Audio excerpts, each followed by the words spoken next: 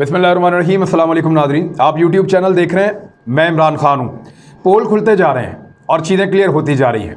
इस वीडियो में मैं आपको बताऊँगा कि बशीर मेमन का असल में गेम है क्या, और कुछ इन्फॉर्मेशन बड़ी ख़ास आई है बशीर मेमन के हवाले से, वो मैं आप तक पहुँचाऊँगा।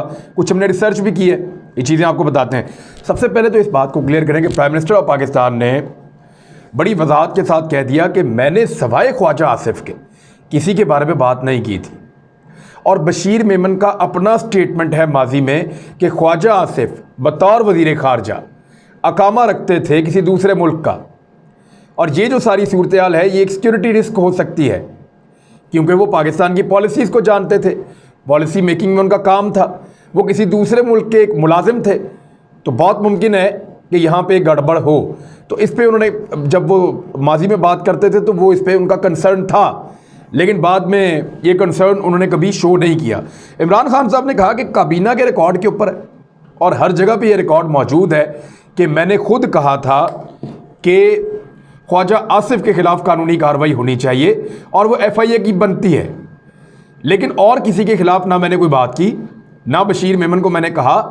और काजी फ़ायद ईसा के हवाले से, जज साहब के हवाले से मैंने तो कभी बात ही नहीं की, मैंने कभी कहा ही नहीं। और वो तो फोरम ही अलग है, वो तो सबको पता है। वैसे कानून का छोटा मोटा बच्चा भी जानता है कि FIA क्या बुलाएगी चीफ जस्टिस या सुप्रीम कोर्ट के जज को। FIA तो नहीं कर सकती, सुप्रीम कोर्ट के हाई कोर्ट के जज के खिलाफ एक्शन नहीं कर सकती। वो तो होगा ऐसा कि वो सुप्रीम जुडिशल काउंसिल में, या उनका अपना एक प्लेटफॉर्म है, वहाँ पर जाएगा मामला, और हुकूमत उसको बेहतर जानती है। बहरहाल ये डेट्स भी नहीं मिलती इन चीज़ों की। जो बशीर मेमन कहानी सुना रहे हैं ना, वो सियाको सबाक नहीं है उसके साथ। जिन तारीखों की वो बात कर रहे हैं उन तारीखों में वो केस ही नहीं थे। तो इन चीज़ों को ज़रा थोड़ा सा इस तरह देखने की ज़रूरत है, और इस पर कुछ फैक्ट्स आने वाले वक्त में हमारे सामने मज़ीद आ जाएंगे। अब मैं आपको एक चीज़ बताता हूँ कि इमरान खान साहब ने इनकार कर दिया बशीर मेमन वाले केस को लेकर। बिलावल भुट्टो जरदारी साहब ने इस सारे मामले पर अदम एतमाद का इजहार किया है। उन्होंने कहा ये जो मामला है बशीर मेमन वाला, बशीर मेमन के बयानात पर उनके खिलाफ तहकीकात होनी चाहिए। बशीर मेमन के बयान को शक की नज़र से हम देखते हैं। अगर बशीर मेमन को कोई गैर कानूनी हुक्म दिया जा रहा था तो उस वक्त आकर बताते। बशीर मेमन के खिलाफ तहकीकात होनी चाहिए। सुप्रीम कोर्ट ने बशीर मेमन को असगर खान केस को फॉलो करने का हुक्म दिया था, लेकिन बशीर मेमन ने उस केस पे कुछ नहीं किया और तौहीन अदालत के मुर्तकिब हुए, और बशीर मेमन अदालती हुक्म मानने की बजाय पीपल्स पार्टी के पीछे हाथ धोकर पड़ गए। ये हुआ था। देखिए असगर खान केस क्या था। असगर खान साहब का एक केस था जिसमें उन्होंने ये कहा था कि पाकिस्तान की मिलिट्री एस्टेब्लिशमेंट से पैसा लिया था मियां नवाज शरीफ ने और दीगर कुछ ऐसी पॉलिटिकल पार्टीज़ ने जो दाएं बाजू की पॉलिटिकल पार्टीज़ हैं। इन्होंने पैसा लेकर उस पैसे को पाकिस्तान पीपल्स पार्टी के ख़िलाफ़ इस्तेमाल किया था, और पीपल्स पार्टी को, बेनज़ीर भुट्टो को उनकी हुकूमत से हटा के अपनी हुकूमत बनाई थी। तो ये एक साजिश हुई थी जिसके सबूत मौजूद थे, और वो सबूतों के साथ असगर खान साहब ने केस कर दिया था, और सुप्रीम कोर्ट ऑफ पाकिस्तान में ये केस चलता रहा। अदालती अहकामात थे कि जाएँ असगर खान केस को जाके निपटाएँ, लेकिन मुस्लिम लीग नून की हुकूमत आ गई। नवाज शरीफ साहब फंसते थे, और नवाज शरीफ साहब के बहुत सारे दीगर साथी फंसते थे। ज़्यादातर लोग नून लीग में थे जो फंसते थे, या JUI में थे जो लोग फंसते थे, या जमात इस्लामी के लोग फंसते थे। तो क्योंकि मियाँ साहब इक़्तिदार में आ गए, तो मियाँ साहब ने किया क्या? मियाँ साहब ने आके बशीर मेमन साहब से कहा कि आपने इसके ऊपर काम नहीं करना, और उन्होंने फिर नहीं किया। बशीर मेमन ने जो असगर खान केस है जिसमें नवाज शरीफ एंड कंपनी पूरी की पूरी फंस गई थी कि पैसा लेकर उन्होंने एक हुकूमत गिराई और फिर अपनी हुकूमत बनाई 2 नंबर तरीके से। उसमें ISI के भी और फ़ौज के भी कुछ लोग शामिल थे, जबकि मुस्लिम लीग नून आपको पता है कि एस्टेब्लिशमेंट की जमात हमेशा रही है। तो उन्होंने बड़ा फ्रंट फुट पे आकर धांधली की थी, और उसमें पैसा इस्तेमाल किया गया था इल्लीगल, जो असगर खान केस में था। तो बशीर मेमन इसके पीछे गए ही नहीं, बल्कि उल्टा उन्होंने क्या किया कि चौधरी निसार एंड कंपनी के कहने के ऊपर, या मियां नवाज शरीफ की ख्वाहिश के ऊपर, जरदारी साहब पे केस बनाने शुरू कर दिए। अब इस वक्त जरदारी साहब के ऊपर जितने केसेस हैं ना, ये सारे बशीर मेमन साहब के दौर के बने हुए हैं। मेरे एक बड़े अच्छे दोस्त हैं, वो वकील हैं, सीनियर वकील हैं। उनको एफआईए ने हायर किया हुआ था उस दौर में जब वो जरदारी एंड कंपनी के ऊपर केसेस बना रहे थे। तो उन्होंने मुझे ये सारी कहानी बताई थी कि किस किस तरह से करप्शन के केसेस, इस वक्त एफआईए का पूरा फोकस जो है वो आसिफ अली जरदारी और उनकी कंपनी है या उनके दोस्त हैं। तो मुझे उन्होंने उस वक्त सारी बात ये बताई थी, 2017-18 की बात है ये, इलेक्शन से पहले की। तो उसके बाद इमरान खान साहब की हुकूमत आई और फिर बशीर मेमन साहब चले गए। अब बशीर मेमन साहब ने आज तक जो भी किया उसका फ़ायदा नून लीग को हुआ और उसका नुकसान पीपल्स पार्टी को हुआ। लेकिन अब वो जो कर रहे हैं उसका नुकसान हो रहा है पाकिस्तान तहरीक इंसाफ को, लेकिन फ़ायदा उठाने वाली वही जमात है नून लीग। यानी जब नून लीग को ख़तरा था पीपल्स पार्टी से, तब भी बशीर मेमन एक हथियार के तौर पे इस्तेमाल हुए, और अब नून लीग को जब ख़तरा है पाकिस्तान तहरीक इंसाफ से, तब भी बशीर मेमन एक हथियार के तौर पे इस्तेमाल हो रहे हैं। और इसी बशीर मेमन के ऊपर बिलावल भुट्टो जरदारी ने अदम एतमाद किया है। इसहाक डार साहब ने मुबैना तौर पे मेरे पास खबर पहुंची है और ये पक्की खबर है। इसहाक डार साहब ने 28 अप्रैल को बशीर मेमन से मुबैना तौर पे राब्ता किया है। बशीर मेमन से लंदन से इसहाक डार साहब ने राब्ता किया है, लेकिन इस राब्ते से पहले उन्होंने नवाज शरीफ से मुशावरत की है। अब बशीर मेमन को उन्होंने क्या क्या कहा, मेरे सोर्स से जो इन्फॉर्मेशन आई मैं बता देता हूँ। उन्होंने साथ देने का यकीन दिलाया है कि हम आपके साथ खड़े होंगे वज़ीर आज़म के ख़िलाफ़, शहजाद अकबर के ख़िलाफ़ और हुकूमत के ख़िलाफ़। जो आप डटे हुए हैं आप डटे रहें, हम आपका साथ देंगे, आपने घबराना नहीं है।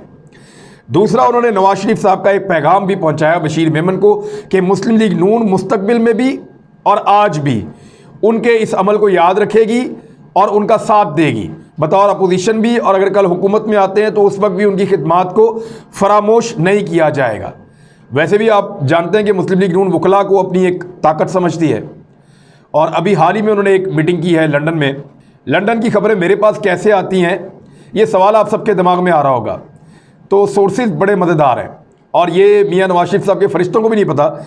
इन्होंने एक मीटिंग की है कादी फ़ायद ईसा साहब और लाहौर हाई कोर्ट के चीफ जस्टिस के DHA के ख़िलाफ़ जो बयानात हैं इन दो चीज़ों के ऊपर, और वकला को दोबारा से वकला के ऊपर इन्वेस्ट किया जाएगा, वकला के ऊपर टाइम इन्वेस्ट किया जाएगा, उनके ऊपर पैसा इन्वेस्ट किया जाएगा, उनको दोबारा तगड़ा किया जाएगा। और कोशिश की जा रही है नून लीग की जानिब से, एक नया मनसूबा बनाया गया है कि फ़ौज और अदलिया को लड़वाया जाए और इन दोनों की जो लड़ाई है उसमें हुकूमत को अकेला किया जाए और हुकूमत के ख़िलाफ़ एक्शन किया जाए। अब ये जो सूरत हाल बनती जा रही है, इसमें देखें जब फ़ौज और अदलिया आपस में लड़ेंगे, एक दूसरे को बुरा भला कहेंगे, फ़ौज तो कुछ कह नहीं सकती, अदलिया कह सकती है, उनके पास ज़बान है, वो कह सकते हैं, फ़ौजी उसका जवाब दे नहीं सकते। तो फ़ौज हुकूमत से ये तवक्को करेगी कि हुकूमत फ़ौज को अदलिया से बचाए, लेकिन अदलिया से टक्कर हुकूमत नहीं लेगी तो फ़ौज और हुकूमत में दूरी पैदा होगी। लेकिन अगर हुकूमत किसी जगह पे भी फ़ौज के किसी मौक़िफ़ की तायीद करती है या कहती है वो ठीक कह रहे हैं, तो फिर अदलिया हुकूमत के ख़िलाफ़ होगी। इस लड़ाई का फ़ायदा PMLN को होगा और उसके लिए वकला के अंदर इन्वेस्टमेंट भी शुरू कर दी गई है। तो ये आपको मैंने बता दिया कि जो कुछ हुआ है बशीर मेमन के हवाले से। दूसरी जानिब लड़ाई रुकी नहीं रही। जो बिलावल भुट्टो जरदारी साहब का स्टेटमेंट है मैं आपको बता देता हूँ, उसमें बड़ी मज़े की चीज़ है। मरीम नवाज़ साहबा तो अपनी जीत का अनाउंसमेंट कर चुकी हैं और बार बार अनाउंस कर रही है कि हम जीत गए हैं। नवाज शरीफ साहब भी जो है वो जीत की अनाउंसमेंट कर चुके हैं कि कराची के अवाम की मोहब्बत पर अल्लाह का शुक्रगुजार हूँ, मिफ्ता इस्माइल को हकीकी कामयाबी पर मुबारकबाद देता हूँ, वोट को इज़्ज़त दो के बयानिए के साथ खड़ा रहने पर अवाम को खराज तहसीन पेश करता हूँ। तो नवाज शरीफ साहब ने भी फतह का ऐलान कर दिया। मरीम नवाज़ साहबा ने भी गुज़िश्ता प्रोग्राम में मैंने आपको बताया वीलॉग में कि उन्होंने भी फतह का ऐलान कर दिया। तो बिलावल ने जवाब तो देना था। बिलावल भुट्टो जरदारी साहब ने जो जवाब दिया उसने कहा कि शिकस्त पर नून लीग का रद्द अमल इंतहाई बचकाना है। शाहिद खाकान अब्बासी खुद RO ऑफिस में मौजूद थे और अपनी हार को खुद देख रहे थे। हार देखकर नून लीग ने इल्ज़ामात लगाए हैं। हारना सीखो और हार को बर्दाश्त करना सीखो, हार को तस्लीम करना मुस्लिम लीग नून को सीखना चाहिए। एक बात उन्होंने बड़ी इंपॉर्टेंट की और इसी में मेरे लिए तो खबर है। कल तक जिस मरीम नवाज साहबा के साथ वो बार बार मिलते थे अकेले में मीटिंग में, अकेले में मीटिंग में, और जगह जगह इनकी जो है वो एक अलग कहानी चल रही थी जिसके अंदर हुकूमत के ख़िलाफ़ एक पूरा जो है वो कंपेन लीड कर रहे थे दोनों मिलकर। आज वही बिलावल भुट्टो जरदारी क्या कह रहे हैं कि अगर इस इलेक्शन में नून लीग कामयाब होती तो मैं खुद शहबाज शरीफ को फ़ोन करके मुबारकबाद देता, मरीम को नहीं। पैगाम है, हु इज़ शी, बिलावल पहले भी कह चुके हैं कि जवाब दूंगा तो पार्टी के सरबराह को दूंगा, मैं अपनी पार्टी का सरबराह हूं। मरियम नवाज नायब सदर है, उनको जवाब नहीं दूंगा, और अगर मुबारकबाद भी दूंगा तो शहबाज शरीफ को दूंगा, मरियम नवाज को नहीं दूंगा। तो मरियम नवाज का पत्ता कट गया। बिलावल भुट्टो जरदारी साहब ने ये कह दिया ना। अब फजलुर रहमान साहब का स्टेटमेंट आप निकालें एक दिन पहले का। उन्होंने क्या कहा कि पीडीएम के अंदर मुस्लिम लीग नून की क़यादत अब शहबाज शरीफ साहब करेंगे, मरियम नवाज नहीं करेंगी। तो बड़ी क्लियर इंडिकेशंस हैं कि पीपल्स पार्टी और बाकी जमातें मरियम नवाज साहबा के रवैये और उनके अंदाज से कुछ ज़्यादा खुश नहीं हैं, और उनकी जिस किस्म की पॉलिटिक्स है उससे मुतमईन भी नहीं है। लेकिन पब्लिक के अंदर मरियम नवाज साहबा को एक ख़ास किस्म की पजीराई मिल रही है, और उनकी अपनी पार्टी के अंदर उनकी गुड्डी चढ़ी हुई है फ़िलहाल। लेकिन देखते हैं कि आने वाले वक्त में क्या होता है।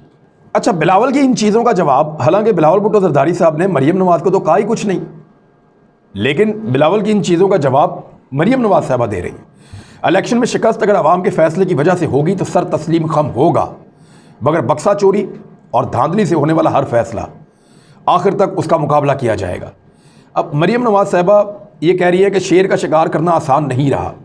शेर को हराने के लिए जो हथकंडे आपने आजमाए हैं, इनकी दास्तान भी सामने आने वाली है। इंतज़ार फरमाइए और याद रखिएगा, मुस्लिम लीग नून अपना और NA 249 की आवाम का हक वापस लेकर रहेगी इंशाल्लाह। ये मरियम नवाज कह रही। देखिए हो क्या रहा है, हो ये रहा है कि मरियम नवाज साहबा हार मानने के लिए तस्लीम नहीं है। वो एक ख़ास ज़हनी कैफियत में जा चुकी, जहाँ उनको फतह जो है वो हक और सच लगता है, और हार जो है वो उनको एक साजिश लगती है। उस ज़हनी कैफियत से वो बाहर नहीं आ पा रही। वो इस फोबिया का शिकार हो गई हैं कि शायद पूरा का पूरा पाकिस्तान उनके साथ खड़ा है। लेकिन लोग मुख्तलिफ सोच भी रखते हैं, और लीडर को ये बात तस्लीम करनी चाहिए। और लीडर अपनी गलतियाँ जब तस्लीम करते हैं तभी वो सीखते हैं। जैसा कि इमरान खान साहब का एक स्टेटमेंट है, वो मैं आपके सामने रख देता हूँ। उन्होंने एक बयान दिया है, और ये बयान एक पैगाम है। पहले मैं आपको बयान बता देता हूँ। इमरान खान साहब ने कहा कि मुझसे टिकट देने में और वजारतें देने में गलतियाँ हुई, यानी जिन लोगों को मैंने पसंद किया, जिनको मैं लेकर आया, वहाँ मुझसे गलतियाँ हुई हैं, और मैं इसके बारे में सोचता रहता हूँ, क्योंकि लोग आकर अपना फ़ायदा निकाल रहे हैं। गिलगित बल्तिस्तान में वो बात कर रहे थे। ये मैंने आपको पहले बताया था कि इमरान खान साहब बहुत सारे अहम फैसले कर चुके हैं, और बहुत सारे लोग पहचाने गए हैं जिनके बारे में उनको पता है। लेकिन हालात इस तरह के हैं कि इस वक्त उनको अलग नहीं किया जा सकता, वरना हुकूमत गिर जाएगी। और हुकूमत गिरने का मतलब है कि मैदान को खाली छोड़ना PMLN और पीपल्स पार्टी के लिए। तो इस वक्त इमरान खान साहब ऐसा रिस्क नहीं लेना चाहते, क्योंकि हुकूमत की कमर सीधी हुई नहीं, और अगर इस वक्त हुकूमत गई तो दोबारा हुकूमत बनने के इम्कानात भी बिल्कुल नहीं हैं। ये पैगाम ख़ास तौर पे तरीन ग्रुप को है। तरीन ग्रुप को एक आला तरीन पैगाम उन्होंने दिया है कि आपके लोगों को टिकट मैंने देकर गलती की थी, आपकी बातों के ऊपर आंखें बंद करके जो एतबार किया, गलती की थी। आज वो सारे लोग आपके साथ खड़े हैं, पार्टी और पार्टी के नज़रिए के साथ नहीं खड़े। जिन लोगों ने गिलानी को वोट डाला, उनको भी ये पैगाम है कि मैंने आप लोगों को टिकट देकर गलती की थी, और आप लोगों को MNA बनाकर गलती की। आपने मेरी राय के खिलाफ वोट डाला है। इमरान खान साहब को पता है बंदे कौन से हैं, लेकिन अभी वक्त नहीं है उनको हटाने का। और कई काम ना करने वाले वजीरों के लिए भी ये पैगाम है, ख़ास तौर पे उन 2 वजीरों के लिए जिन पे मैंने एक वीडियो की थी पिछले दिनों, जो इस्लामाबाद में को 25 अरब रुपए का दाव लगाने लगे थे। यानी वो टीका तो लग रहा था 25 अरब का आवाम को, और उनका अपना अरबों रुपए का फ़ायदा हो रहा था। एक सड़क की तामीर के अंदर 2 नंबरी करके, जो रावलपिंडी इस्लामाबाद का जुड़वा शहरों का एक मुश्तरका रिंग रोड बन रहा है, उसमें जो 2 नंबरी हो रही थी, जिसको इमरान खान साहब ने खुद पकड़ा है, और एक ब्यूरोक्रेट भी उसमें फारिग हुआ है। तो खान साहब उन मिनिस्टरों को भी बता रहे हैं। बहुत सारी चीज़ें ऐसी हैं जो इमरान खान साहब को करनी चाहिए, लेकिन अगर इस वक्त वो करेंगे तो हुकूमत गिर जाएगी। क्या वो रिस्क लेने की पोजीशन में हैं? क्या वो बोल्ड डिसीजन ले सकते हैं, या आने वाले दिनों में उन्हें लेने होंगे? उन्होंने कल सहाफ़ियों से मुलाकात में दोबारा कहा कि ब्लैकमेल तो मैं नहीं हूँगा, जो मर्जी करें, हुकूमत जाती है तो जाए, इनसे ब्लैकमेल मैं नहीं हूँगा। कादी फ़ायद ईसा साहब वाले केस के अंदर भी उन्होंने बदमज़गी का इजहार किया, और एक बैड टेस्ट है, वो इसको अच्छी बात नहीं समझ रहे जो फैसला आया है। लेकिन इन चीज़ों को उन्होंने ऑफ द रिकॉर्ड रखा। कादी फ़ायद ईसा साहब के बारे में मुझे पूरा एक वीलॉग करना है, और मैं करूँगा इस हवाले से कि हमारी जुडिशरी किस तरफ जा रही है।